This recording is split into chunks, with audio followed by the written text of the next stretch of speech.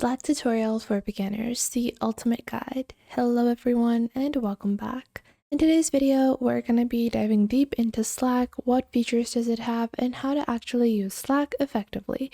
Because we all know that Slack is the preferred method for teams to communicate, but what nobody tells you is how to use it, how to optimize it, and what are the settings that you should be putting on your PC, on your phone, so that you get notified for messages that actually are important.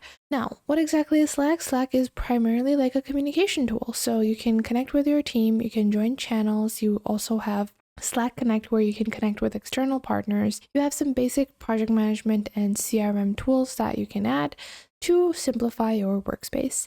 To get started with Slack, simply head on over into slack.com and then click on Get Started. Once you click on Get Started, you can log on to your account or you can click on Sign into an existing workplace if you already have Slack.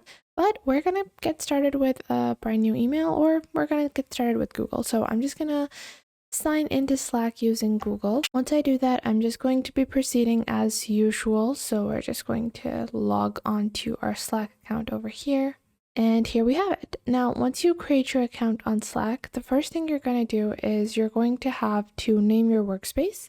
So let's say I want to call my workspace Kiki Media, and then I'm just going to go into next. After that, you're going to add your name and your profile photo. I can edit my photo as well. I'm going to leave it as it is. Then you can add your colleagues by their email as well. So I'm going to add one of my colleagues like this. I didn't type the email correctly. And not only do you have the ability to add them by their email, you can also just copy the invitation link, and whoever you send this link to, they can join your Slack team or your Slack channels. After that, I'm just going to click on next. Now, you also have Slack Pro, and you can get unlimited message history, AI conversation summaries, work with people at other organizations, and group meetings with AI notes. I'm going to get started with the free version because Slack Pro is honestly not something that small teams usually need. Now, once you've gotten started with Slack, this is what it's going to look like, and I'm just going to close this pop-up. On your top left, you're going to find your starred tabs, then you have your channels, and this is going to be within your workspace. So this is one workspace in Slack, and you can create multiple workspaces, and you can join other people's workspaces as well. Kiki Media is a workspace that I created, so I'm going to be the workspace owner. However, if you're working in a team, there might be workspaces where you can join. So this allows you to manage multiple different businesses or avenues in one simple tool, but having segregated spaces. Now below that, you also have Slack bot, and you guys can see you can click on this icon to view all of the commands. You guys can see if you do a / you have different commands that you can use as well. Now you can see direct messages and then channels, and these are honestly the two basics. So direct messages shows you all the other people that are in your Slack team or workspace, and you can find them under DMs as well. Then you have activity. Any new activity is going to be added over here.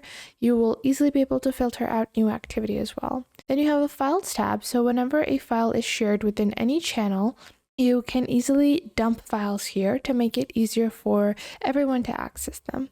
Below that, you have more, so you can click on tools, and you have some other tools that you can integrate as well to make your communications more effective. Now let's set up some channels. By default, this will have all Kiki Media and then a new channel. Then it has social. So I like to customize the channels in accordance to what I would want. I'm gonna remove a couple of these, and I like to just make my own channels as I prefer them, like so. So starting off, we have this one, which is all Kiki Media, and I'm gonna click on manage. First off, we have social, which I don't think I want. I like to rename this to be called more so entertainment or fun.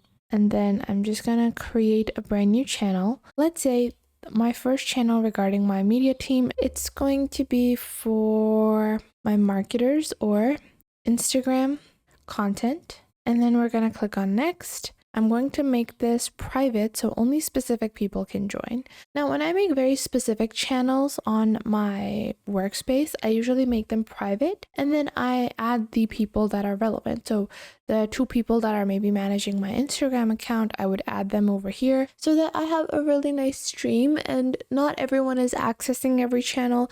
And the reason for that is not even because you don't want the communication to go through. The reason why I like to do that is because it makes it very easy for you to filter out the noise, to be able to manage your communication, because sometimes when everyone is viewing all the text, it's very natural that your team members might start talking in channels. When they start talking about random things in, very specific channels, it becomes very annoying because you can't find relevant messages. So what I like to do is I like to create a separate channel, which I just like to dub entertainment or fun stuff, or you can even name it the weekend. And that is where I make it a public channel. I create it for everyone. Everyone in my workspace is going to be added to that channel and they can easily have fun over here. So I can add a channel description, which is going to be, what did you do over the weekend? And then I'm just gonna save, and this is just, where all of the fun stuff happens, and this makes sure that all of the other channels don't get, polluted with random conversations. Then you're going to filter out multiple different, projects or things that you're working on. So let's say we have 2 managers for our Instagram content with my media agency. Let's say we have video ideas. And then whoever are my people that I'm brainstorming with, I can add them over there. It just makes it really easy. Now, after that, once you have, set up all of your channels, you ideally want to sit down, filter out all of your avenues of communication, and then put them all under channels and build different channels. There's no limit to the number of channels realistically, and you can star certain channels. So for example, I have my weekly recap channel where everyone gives an update of what they worked on over the past week.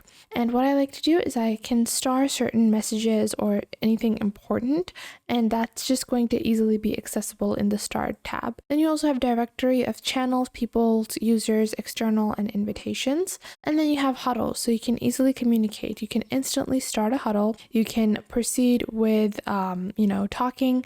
And if you are communicating and you're chatting with your team members, you can easily start a huddle because sometimes it's just easier to communicate when you're talking rather than typing. So this is what I really like about using communication in Slack. Now, I'll show you guys some stuff. If you start texting in Slack, this channel is all about fun. And you guys can see I have a bunch of different emojis I can react to, and then you have the ability to reply in thread. This makes it really easy for one topic to be contained under one thread because you can reply to the thread instead of having to reply constantly to every message and then messages get pushed up. Then you can save it for later, even forward it. And then you can proceed with reminders as well. So let's say you were assigned a task on Slack. You can set up a reminder for a few hours, or you can edit the message. You can just make it really easy for you to be reminded later on as well. And that is how you can get started with Slack. I hope you guys found this video helpful, and if you did, make sure to leave a like and subscribe.